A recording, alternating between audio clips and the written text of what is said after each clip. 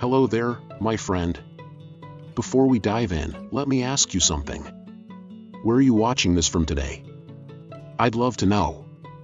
Drop it in the comments below. And if you find this channel helpful, inspiring, or just comforting to listen to, take a second to hit that like button and subscribe. It means a lot, not just to me, but to the whole community here. Let's grow this place into a home for elderly reflections, motivation, senior health wisdom, and life lessons from the elderly. Now, let's get into something truly fascinating. Have you ever met someone in their 90s who seemed sharper, more energetic, and more joyful than people half their age? I have. In fact, I want to tell you about George. George is 93. He wakes up every morning before the sun, takes a walk in his small garden, brews his coffee, and sits quietly with his thoughts. When you talk to him, his eyes are bright. He remembers details from his childhood, jokes from last week, and the names of everyone he meets. He lives alone, cooks for himself, and recently fixed a broken doorknob in his shed. Now, when people meet George, they often say, he must have good genes. But here's the kicker, his parents both died before 70. His siblings didn't make it to 80. No special family history of longevity. So what makes George different? Well, science has an answer. And it's not what most people think. A 2022 study published in the journal Aging and Mental Health followed over 1,200 adults aged 90 and above across Europe and North America. What the researchers found wasn't a secret pill, a magic diet, or even a perfect medical record. What 93-year-olds like George had in common was this: a daily habit of reflection and mental engagement. Not crossword puzzles. Not memory games. Not apps. But something much simpler and older, the quiet, intentional practice of looking back, thinking deeply, and making sense of life. They thought about their past with curiosity instead of regret. They engaged in elderly wisdom, not to dwell, but to stay mentally alive. George puts it like this: every day I think about the people I've loved, the mistakes I've made, and what I've learned. I try to find meaning, even in the small things. And guess what? That habit of looking back, making sense, and staying engaged with your inner world had a stronger link to longevity than blood pressure, cholesterol, or even exercise. Let's break it down. The first habit shared by these vibrant 93-year-olds was structured reflection. That means they had a routine, whether it was journaling in the morning, writing letters they never sent, or simply sitting in silence for 20 minutes each day. Their minds didn't slow down because they kept giving their thoughts somewhere to go. There's a woman named Jean, 94, who has a little ritual. Every night before bed, she writes down 3 things she remembered from her youth. Not just happy things. All kinds of memories. She says it helps her stay present with herself. Her doctor told her that while her friends were showing signs of early dementia, her cognition was as sharp as someone in their 60s. When asked why, she just smiled and said, "I talk to myself more than I talk to other people. I've learned to be my own companion." Now, don't misunderstand me, this isn't about cutting off the world. It's about building a relationship with your own story. Reflection strengthens memory pathways, reduces stress hormones, and increases something researchers call cognitive resilience, the brain's ability to bounce back and adapt, even in old age. The second thing these long-living seniors had in common was a sense of unfinished purpose. Let me explain. Many people think retirement means the end. But the ones who lived to 93 and beyond, they didn't see life that way. They had small missions, things to look forward to. They weren't grand goals, but they mattered. Take Rosa. She's 95. Every Tuesday, she writes postcards to people she met once in her life, a nurse, a taxi driver, a girl from the grocery store, just to tell them they mattered. She sent over 1,000 cards. She told a researcher, "As long as I can make someone feel remembered, I feel alive." Purpose doesn't have to mean saving the world.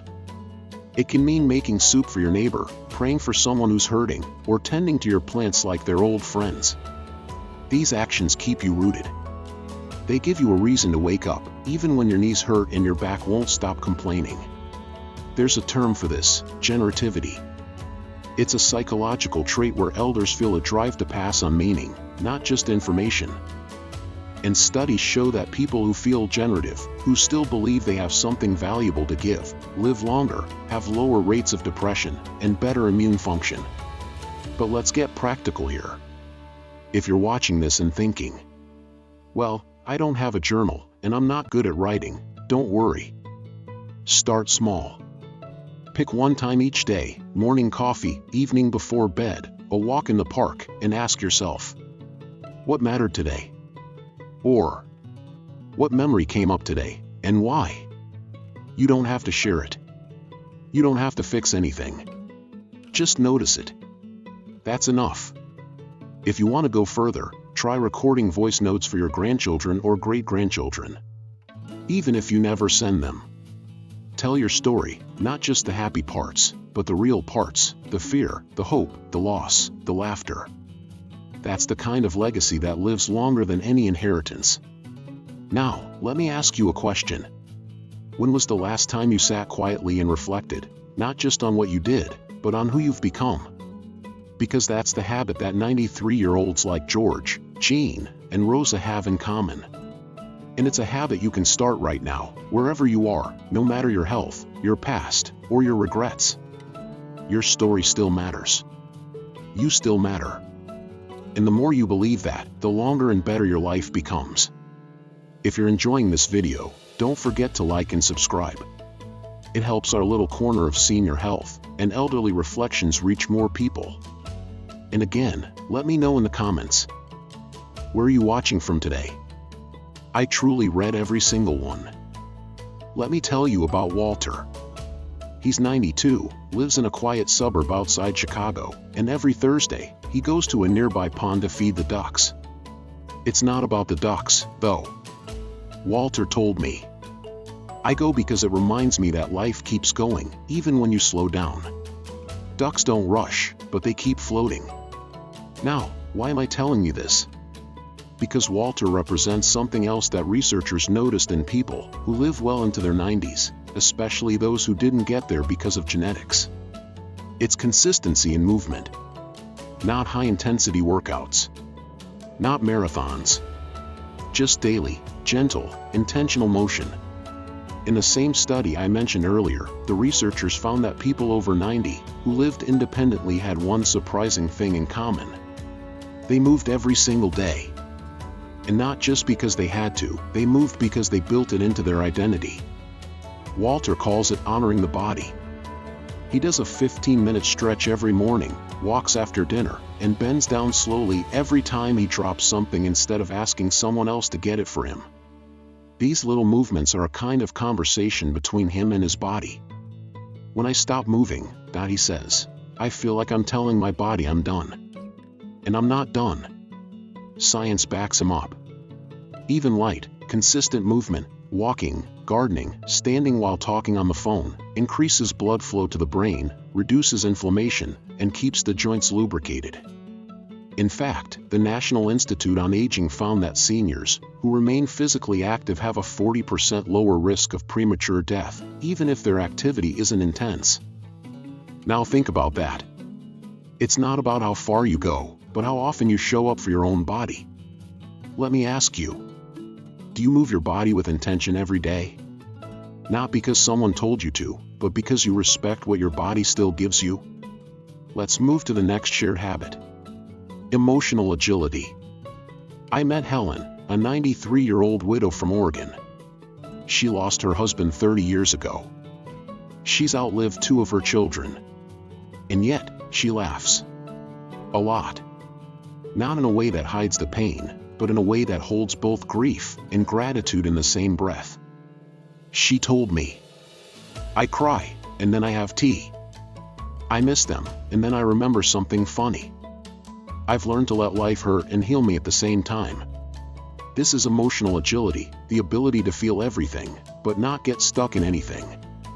And it's a silent strength that keeps people alive much longer than expected. In psychology, this trait is connected to better heart health, lower cortisol levels, and increased resilience to illness. In elderly populations, it's associated with delayed cognitive decline and improved immune response. Helen doesn't numb the hard parts of life. She just doesn't build a house there.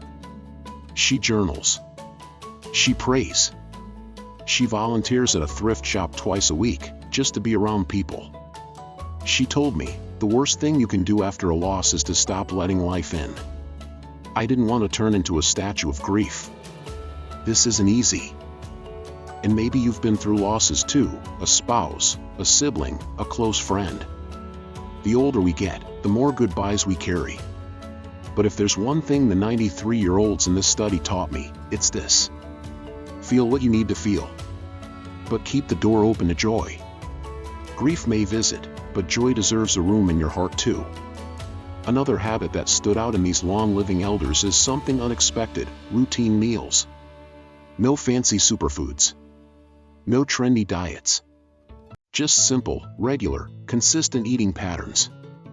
A man named Elias, 94, eats the same breakfast every morning: 2 boiled eggs, a slice of whole grain toast, and half a grapefruit. It's not about the food, he says. It's the rhythm. My body knows what to expect. Elias has never been on a diet. He doesn't fast, doesn't track calories, and doesn't cut carbs. But he eats at the same times every day, drinks water throughout the day, and avoids eating late at night. Researchers call this circadian alignment, syncing your eating patterns with your body's internal clock. Seniors who maintain regular mealtimes and avoid late-night snacking have lower rates of diabetes, better sleep, and more stable moods. Elias hasn't been hospitalized in over 15 years. What's more interesting is that most of the 93-year-olds in the study didn't eat perfectly. They had dessert once in a while. They enjoyed bread. Some even had a glass of wine with dinner. But they had one thing in common. They listened to their hunger, ate slowly, and didn't use food to cope with emotions. So here's something to think about. When was the last time you sat down for a meal without rushing? Without a screen? Without guilt? These small rituals, of eating with intention, of moving with care, of feeling without drowning, are the habits of those who live longer, and more importantly, live better. There's one more thing I want to share before we close this part. It's something every single 93-year-old I spoke with, or read about in this research, had in common. And it has nothing to do with the body. It's their curiosity. Yes, at 93. George reads one new article every morning, even if he has to zoom in on the screen. Jean watches history documentaries and takes notes. Rosa keeps a notebook of questions she still wants answers to, like why do we dream, or what's the oldest tree on Earth? They keep asking. Keep wondering. Keep learning. It's not about becoming an expert. It's about staying connected to the world. Staying curious keeps the brain firing. It keeps loneliness at bay. And it helps you feel like you still belong, not just in your family, but in the great unfolding of life itself. You don't stop being a student just because school ended decades ago. The ones who live longest often never stop learning. So ask yourself, what are you still curious about? What's something you could learn today, even if it's small? The brain, like the heart, thrives when it's engaged. If you're still watching this and something I've said today has stirred something in you, a memory, a question, a little spark of motivation, let me know in the comments. What part hit home for you? I read everything you share, and it helps me know that these elderly reflections, this senior inspiration, is reaching the right hearts. And if you haven't yet, take a second to like this video and subscribe to the channel. It helps keep this space alive, a space for real stories, quiet strength, and the wisdom of age. Let me take you to a little town in southern France. There lives a woman named Madeline. She's 96. Every morning, she puts on a light scarf, opens her window to let the sun in, and speaks out loud a single phrase. Merci, la vie. Thank you, life. When I asked her once what her secret was, she said, gratitude. That's what keeps me warm, even in winter. And that leads us to one of the last but most powerful things 93-year-olds like Madeline have in common, a quiet but persistent habit of gratitude. Not the loud, showy kind. Not a long list in a gratitude journal that ends up forgotten on the table. But a lived gratitude, noticing small blessings, appreciating what remains, and not dwelling too long on what was lost. Researchers at the University of California found that older adults who practiced daily gratitude, whether through spoken words, simple reflection, or prayer, had better immune response, lower levels of inflammation, and a significantly reduced risk of depression and chronic pain. But more than that, they felt lighter. Madeline told me, "Every day I still have a window, a sky, and the memory of someone I loved. That's already 3 reasons to smile." She doesn't pretend life has been easy. She lost her husband in her 50s.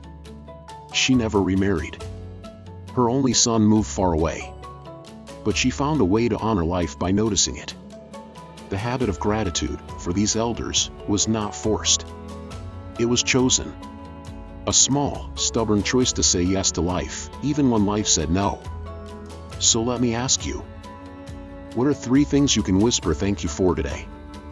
Maybe it's a good cup of tea. Maybe it's the fact that you're still breathing, still watching, still learning. Maybe it's an old friend who called. Or a grandchild's voice on the phone. Whatever it is, hold it like a treasure. Because in this stage of life, it's the treasures of awareness that matter most. Now, the last and perhaps most surprising habit these long-living elders shared was this. They forgave easily. Not just others, themselves too. I met Henry in Maine. He's 95 and spent 42 years of his life holding on to guilt for something he said to his brother. They never reconciled before his brother passed. But 2 years ago, Henry started writing letters to that brother, not to send, just to speak. One day, he stood at the edge of a lake and read the last one out loud. When he turned around, he told me, "It's done now. I'm tired of carrying ghosts." Forgiveness, especially self-forgiveness, was a common thread in those who lived past 90. They didn't let regrets rot inside them. They didn't carry bitterness for decades. They understood something most people never do. Time doesn't erase pain. But forgiveness makes the pain easier to live with. In a Harvard study on aging, seniors who practiced emotional release, letting go of long-held resentment, showed better memory scores, lower blood pressure, and even improved digestion. Imagine that. Something as invisible as forgiveness changing something as physical as your gut. And it's true. The body remembers everything. But it also heals better when the mind is at peace. So if there's something you're still holding, a mistake from years ago, a family argument, a choice you wish you'd made differently, ask yourself, is this worth carrying into the next year of my life? If it's not, let it go. Or at least, begin the process. You don't need to forget. But you do need to forgive, if not for them, then for yourself. You deserve peace. Now I want to come back to George, the man I told you about in the beginning. The one who wakes up early, tends to his garden, and still fixes things with his old hands. He once said something that stuck with me. Everyone asks me how I made it this far. I tell them, I made friends with time. I didn't understand it at first. But then he explained. He said, when I was younger, I chased time. Tried to beat it, race it, stuff more into it. But now I walk beside it. I listen to it. I let it teach me. That's the heart of this whole message, isn't it? The elders who make it to 93, 94, 95 and beyond, and still live, they don't just exist longer. They form a new relationship with life. They live slower, deeper, with more intention. They don't try to outweigh death. They try to make peace with life. And you can start doing that today. You don't have to wait until 93. You can start by reflecting, not just remembering, but making meaning from your memories. You can start by moving, not to look fit, but to feel alive. You can start by welcoming emotions, all of them, the tears and the laughter. You can eat with rhythm. You can stay curious. You can thank the morning for arriving. You can forgive your younger self. You can say, I still matter. Because you do. You, right now, wherever you are watching from, you are carrying years of stories, lessons, laughter, sorrow, and strength that someone else out there needs. If you've made it this far in the video, I want to say thank you. Truly. And I want to ask you again, where are you watching from today? Let me know in the comments. I'd love to hear from you. If this message touched you, inspired you, or gave you a little nudge to keep going, please like the video and subscribe to this channel. This is a place for senior health, elderly reflections, quotes, life wisdom, and real talk from people who've lived. I'll leave you with Madeline's words again. Merci, la vie. Thank you, life. And thank you for being here.